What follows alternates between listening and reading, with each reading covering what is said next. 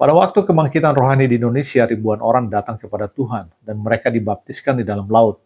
Dan mereka ingin mengadakan perjamuan kudus. Dapatkah Anda bayangkan 5 atau 6 ribu orang mengambil bagian dalam perjamuan kudus? Lalu mereka berdoa selama setengah jam. Dan ketika mereka menuangkan airnya, mereka mendapati anggur yang keluar. Air telah berubah menjadi anggur merah. Hal ini terjadi bukan sekali, atau 2 kali, atau 3 kali. Tetapi saya percaya pada waktu laporan itu ditulis, hal itu sudah terjadi lebih dari 10 kali.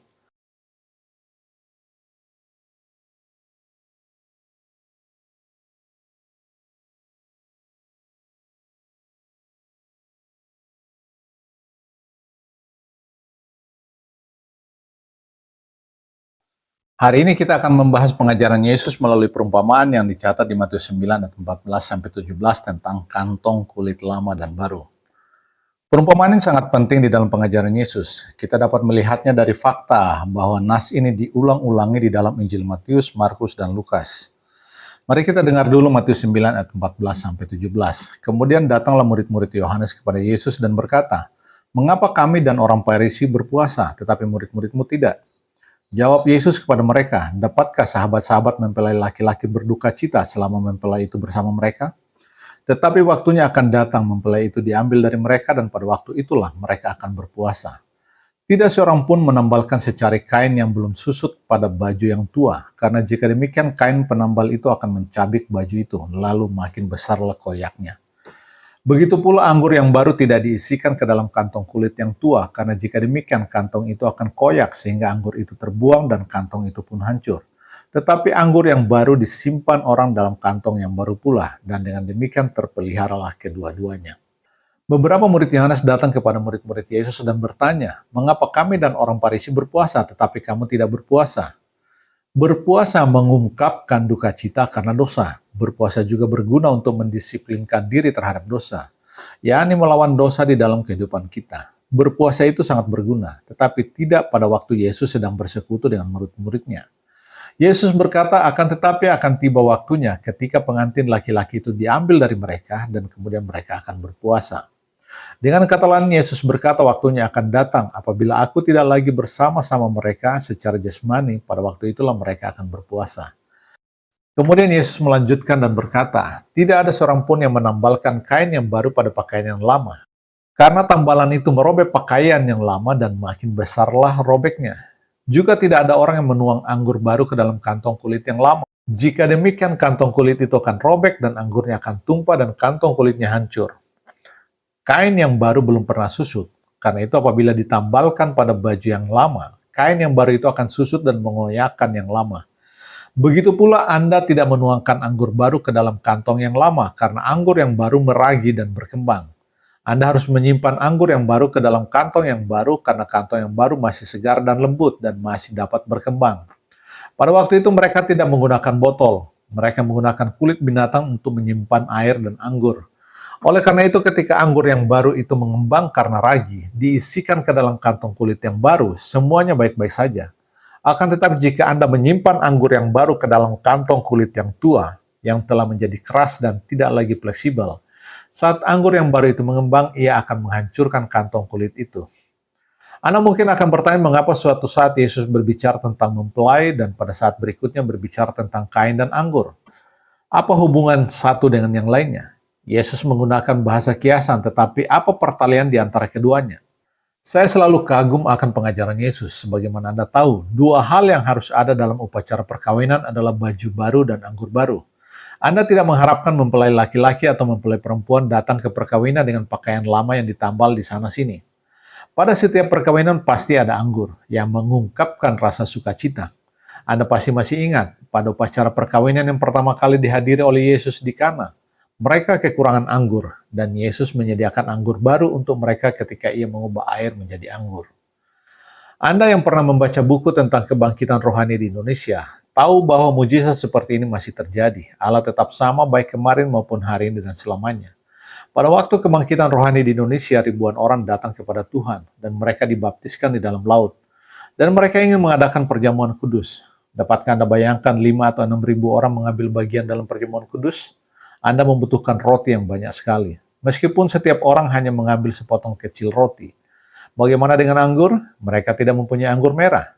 Dari mana anggur merah yang mewakili darah Kristus itu harus datang? Jadi mereka berkata, kita akan mengadakan perjamuan kudus sekarang, tetapi kita tidak bisa makan roti dan minum air putih saja. Namun dari mana kita bisa mendapatkan anggur merah itu? Maka mereka berkumpul bersama dan berdoa kepada Tuhan. Tuhan, apa yang harus kami lakukan?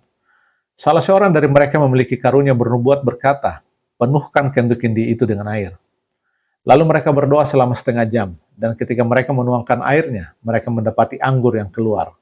Air telah berubah menjadi anggur merah. Hal ini terjadi bukan sekali, atau 2 kali, atau 3 kali. Tetapi saya percaya pada waktu laporan itu ditulis, hal itu sudah terjadi lebih dari 10 kali. Peristiwa ini terjadi di kampung Aman, Soe, Timur pada 26 September 1965. Dan ditulis oleh seorang Jerman yang agak skeptis tentang kejadian-kejadian semacam ini, sebagaimana kebiasaan orang Jerman pada umumnya. Akan tetapi sesudah dia menyaksikan kejadian-kejadian itu, dia menjadi malu dan direndahkan, karena ia melihat dengan matanya sendiri, Yesus memang tetap sama sampai hari ini. Namun pelajaran apa yang dapat ditarik dari peristiwa air berubah menjadi anggur ini? Memang benar, tujuannya untuk menyediakan anggur bagi banyak orang pada saat perjamuan. Akan tetapi hal yang lebih penting adalah pelajaran bahwa Tuhanlah yang mengubah kita. Itulah sebabnya di dalam firman Tuhan selalu disebutkan tentang anggur baru. Mengapa anggur baru? Mengapa baju baru? Kuasa, itulah intinya. Proses meragit digunakan untuk menunjukkan kepada kita tentang kuasa Injil. Untuk mengubah sesuatu, Anda membutuhkan kuasa. Lalu apa yang diwakili oleh kain yang lama itu? Rasul Paulus berkata di Efesus 4 ayat 22 dan beberapa tempat lain bahwa kita harus menanggalkan pakaian yang lama, yang melambangkan kehidupan yang lama, dan mengenakan pakaian yang baru, yaitu mengenakan Kristus. Dengan kata lain, menjadi seorang Kristen bukan berarti menambalkan beberapa cerita Injil kepada manusia lama itu, atau menambalkan agama, dan bukan juga menambalkan sedikit iman kepada karakter Anda yang lama itu.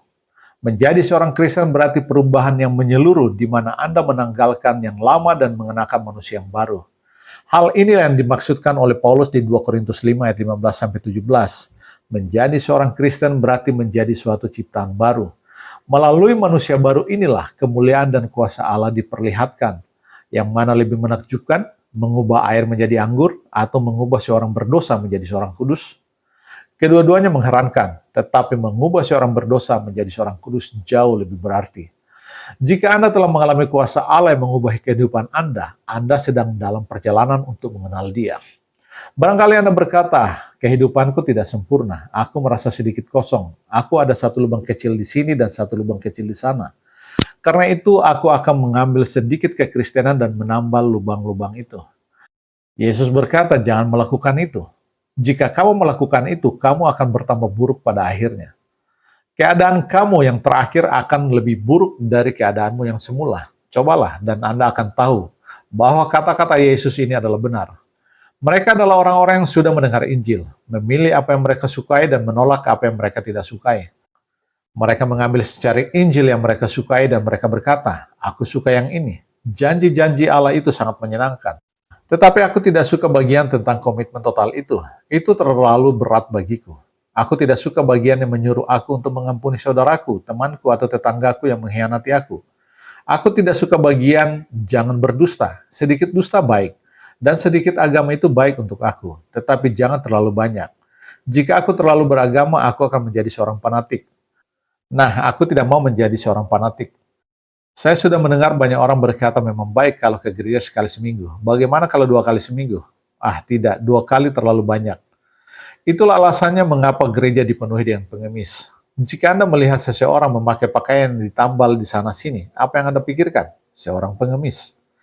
Gereja penuh dengan pengemis. Mereka itu orang-orang yang datang ke gereja dan berkata, bagian ini aku suka. Aku akan menerima yang ini. Bagian yang lain itu terlalu banyak, terlalu keras untukku. Aku tidak dapat menerimanya. Aku cukup menambal di sini saja. Ada juga yang sangat bermegah karena pakaian mereka yang tambal sulam itu. Mereka berkata itulah gaya yang paling baru. Umpamanya ketika Anda pergi ke toko pakaian, Anda akan menemukan beberapa jaket dan celana panjang yang ditambal di sana-sini. Dan model yang begini jauh lebih mahal daripada model yang tidak ditambal-tambal. Pernah sekali saya bertanya kepada pelayan toko, mengapa pakaian ini tambal-tambal? Mengapa begitu mahal? Di bagian bawahnya benang-benangnya sudah lepas dari ujung celana itu. bagaimana kamu bisa menjual barang loakan ini lebih mahal daripada barang yang baru? Jawabannya ialah, ini bukan barang loak, ini baru. Lalu saya bertanya, mengapa ditambal-tambal? Lalu dia bertanya, itulah gaya yang paling baru. Lalu saya bertanya, mengapa lebih mahal sedangkan sudah ditambal-tambal? Katanya, nah, kamu harus membayar tenaga kerjanya. Tenaga kerja sangat mahal sekarang. Jauh lebih banyak tenaga kerja dibutuhkan untuk menjahit potongan-potongan kain itu kembali. Sesudah dijahit kembali, masih harus dilepaskan benang-benang dengan tangan agar tidak kelihatan robek. Dunia ini benar-benar sudah terbalik. Anda harus membayar lebih untuk kain buruk daripada pakaian yang bagus. Akan tetapi terdapat begitu banyak orang Kristen di gereja yang berbangga karena iman mereka yang tambal sulam itu. Mereka bahkan berpikir mereka tampak bagus. Kadang-kadang mereka merasakan bahwa celana mereka belum cukup kotor. Lalu mereka menggosok-gosoknya supaya kelihatan lebih kotor. Mereka pikir celana mereka tampak lebih bagus. Kalau Anda ingin menjadi seorang Kristen yang sejati, janganlah hanya mengutip dan memilih-milih bagian Injil yang sesuai dengan selera Anda. Pada awalnya barangkali Anda berpikir celana Anda cukup bagus. Anda mempunyai tambalan itu.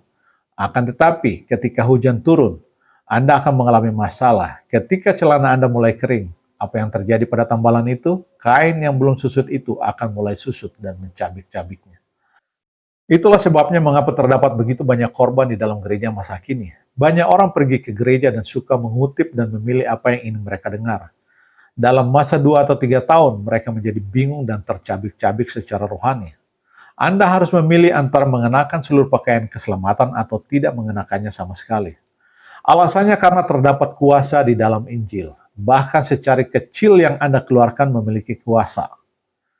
Kuasa itu cukup untuk membinasakan dan membuat manusia lama Anda sengsara. Saya pernah melihat beberapa orang yang melakukan hal ini, dan mereka sudah menuai hasilnya. Pada tahap itu kadang-kadang sudah sangat sulit untuk menolong mereka. Injil sangat berkuasa, dan sebaiknya Anda jangan bermain-main dengannya. Sekalipun Anda mengambil sedikit dari Injil dan berkata, sedikit ini tidak akan menyakiti aku.